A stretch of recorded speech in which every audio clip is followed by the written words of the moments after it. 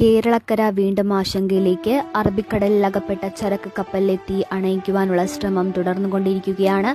കപ്പൽ ചരിയുന്നു എന്നതാണ് ഇപ്പോഴത്തെ ഒരു പ്രതിസന്ധി. ഏകദേശം 15 ഡിഗ്രിയോളം നിലവിൽ ചരിഞ്ഞിട്ടുണ്ട്. പൂർണ്ണമായി ചരിയാതിരിക്കാനുള്ള പ്രവർത്തനങ്ങൾ ശക്തമായി കൊണ്ടിരിക്കുകയാണ്. കണ്ടെയ്നറിലെ പകുതിയിൽ കൂടുതൽ സാധനങ്ങൾ കത്തി നശിച്ച അവസ്ഥയിലാണ് ഇപ്പോൾ കാണാൻ കഴിയുന്നത്. മാത്രമല്ല, കേരള തീരത്ത് ജാഗ്രതാ നിർദ്ദേശം ശക്തമായി കൊണ്ടിരിക്കുകയാണ്. പ്രധാനമായും വടക്കൻ തീര മേഖലകളിലാണ് കൂടുതൽ ജാഗ്രതാ നിർദ്ദേശം നൽകി വരുന്നത്. മാത്രമല്ല, കടൽ തീരത്തടിയുന്ന ഒരു വസ്തുക്കളും യാതൊരു കാരണത്താലും എടുക്കരുതെന്ന മറ്റൊരു നിർദ്ദേശമാണ് ഇപ്പോൾ പുറത്തുവരുന്നത്.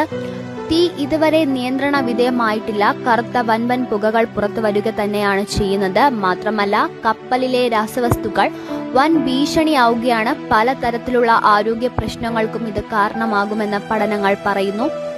അസാധാരണമായി തീരത്തടിയുന്ന ഒന്നും തന്നെ കൈകൊണ്ട് എടുക്കരുതെന്ന നിർദ്ദേശം വീണ്ടും ശക്തമായി കൊണ്ടിരിക്കുകയാണ്. ജില്ലാ ഭരണകൂടവും മറ്റ് തീരസംരക്ഷണ സേനകളാണ് ഇത്തരത്തിലുള്ള നിർദ്ദേശങ്ങൾ നൽകി വരുന്നത്.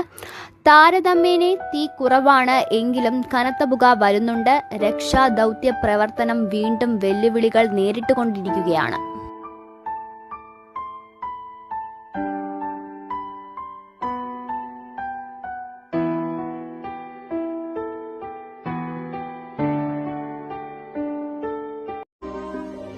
ഞെട്ടിക്കുന്ന മറ്റു വാർത്തകളിലേക്ക്. ഏകദേശം 157 ഇനം അത്യന്തം അപകടകരമായ വസ്തുക്കളുമായാണ് MV വാൻഹായ് 503 കപ്പൽ കത്തി എരിഞ്ഞത്. മൊത്തം 1754 കണ്ടെയ്നറുകൾ ആയിരുന്നു. അതിൽ 671 കണ്ടെയ്നറുകൾ ഡെക്കിൽ ആണ്. ബാക്കി 157 ഇനങ്ങൾ തികച്ചും അപകടകരമാണെന്നാണ് കണ്ടെത്താൻ കഴിഞ്ഞത്. തുടർന്ന് 20 കണ്ടെയ്നറിൽ ബൈപെറിഡിലിയം കീടനാശിനിയാണ്.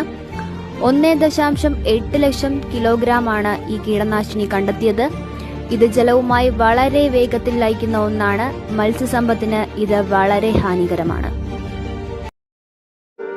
മറ്റു രാസവസ്തുക്കളായ ഇഥൈൽ ക്ലോറോഫോർമേറ്റ് ഏകദേശം 27,786 കിലോഗ്രാം ഉണ്ടെന്ന് കണക്കുകൾ പറയുന്നു. ഇത് മനുഷ്യ ശരീരത്തിന് ഹാനികരമാണ്. മാത്രമല്ല, കടൽ പരിസ്ഥിതിയെയും പ്രതികൂലമായി സ്വാധീനിക്കുമെന്ന് കണക്കുകൾ വ്യക്തമാക്കുന്നു. റെസിൻ സൊല്യൂഷൻ എന്ന് പറയുന്ന മറ്റൊരു രാസവസ്തു 21,600 കിലോഗ്രാമും ഒപ്പം സൗന്ദര്യവർദ്ധക വസ്തുക്കളുടെ നിർമ്മാണത്തിന് വേണ്ടി ഉപയോഗിക്കുന്ന രാസവസ്തുവായ ബെൻസോഫെനോനും ഈ കൂട്ടത്തിൽ കണ്ടെത്താൻ കഴിഞ്ഞു. ഡൈക്ലോറോ ബെൻസീൻ, ലിഥിയം ബാറ്ററികൾ എന്നിവയും ഈ കൂട്ടത്തിൽ പെടുന്നു. ഏകദേശം 167 പെട്ടി ലിഥിയം ബാറ്ററികളാണ് കണ്ടെത്താൻ കഴിഞ്ഞത്. 40 പെട്ടികളിലാണ് തീ പിടിക്കാവുന്ന ദ്രാവകങ്ങൾ അടങ്ങിയിട്ടുള്ളത്.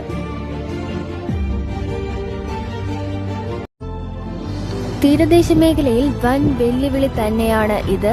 തീരമലിനീകരണം മാത്രമല്ല, മറിച്ച് ജീവഭീഷണി കൂടി ആയിത്തീർന്നിരിക്കുകയാണ് ഇന്ന് കേരളക്കരയിലെ ഈ കപ്പൽ ദുരന്തം.